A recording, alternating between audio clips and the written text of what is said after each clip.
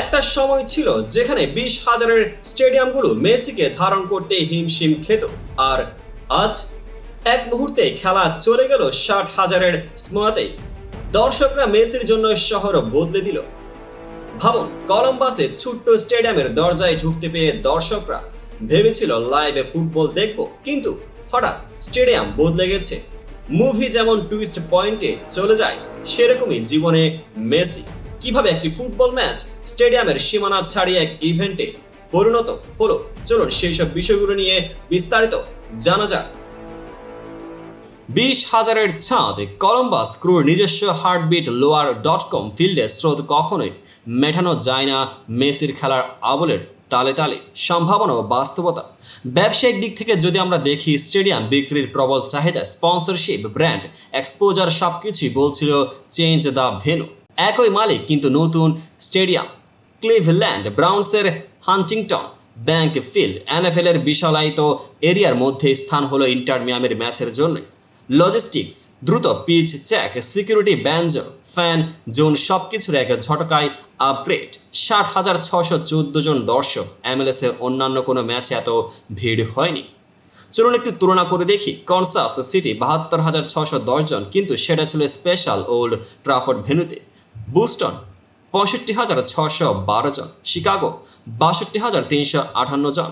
Drama, ideally ভাবুন Manchester ইউনাইটেডের stadium কদাচিতই খালি থাকে, কিন্তু MLS এ মেসির আসা মানে স্টেডিয়াম ফাঁকা থাকা ঠিক যেন কঠিন। Messi factor, football pop culture, প্রতি ম্যাচে লা পুলগার নামটা যেন live show, selfie, hang out, Instagram stories ফলাফল।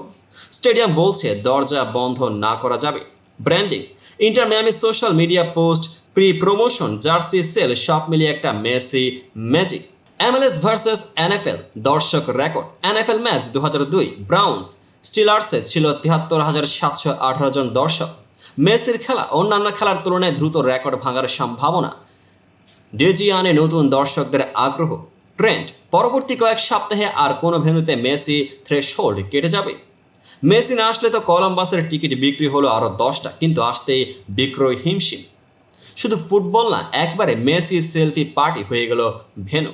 পরের ম্যাচে অপেক্ষায় ফের বুকিং খুলে দিয়েছে হান্টিংটন ব্যাংক ফিল্ড। এবার কি আরও 75,000 ছুঁতে পারবে MLS? ভেন্যু পরিকল্পনা, এখন MLS এ বড় স্টেডিয়ামে মেসির ম্যাচ শিডিউল হতে পারে।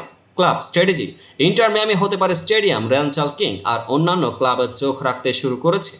সরাসরি টিকিট সেলিং, ভবিষ্যতে মেসি মাস পাস, পপ আপ, ফ্যান ইভেন্টের সবকিছুই সম্ভাবনা। দেখলেন, মেসির জন্য MLS এর ছোট স্টেডিয়ামের প্রথা কেবল এক কথায় বিদায় বলল। এখন আপনারা কমেন্টে জানিয়ে দিন পরের ম্যাচে কোথায় যেতে চান। আর ভিডিওটি যদি ভালো লাগলে like, share, bell button click করতে ভুলবেন না। পেজটিকে ফলো করে পাশে থাকুন এমন সব নিত্য নতুন আপডেট পেতে। চ্যানেলটিকে সাবস্ক্রাইব করে পাশে থাকুন। দেখা হবে পরবর্তী আপডেটেড ভিডিওতে।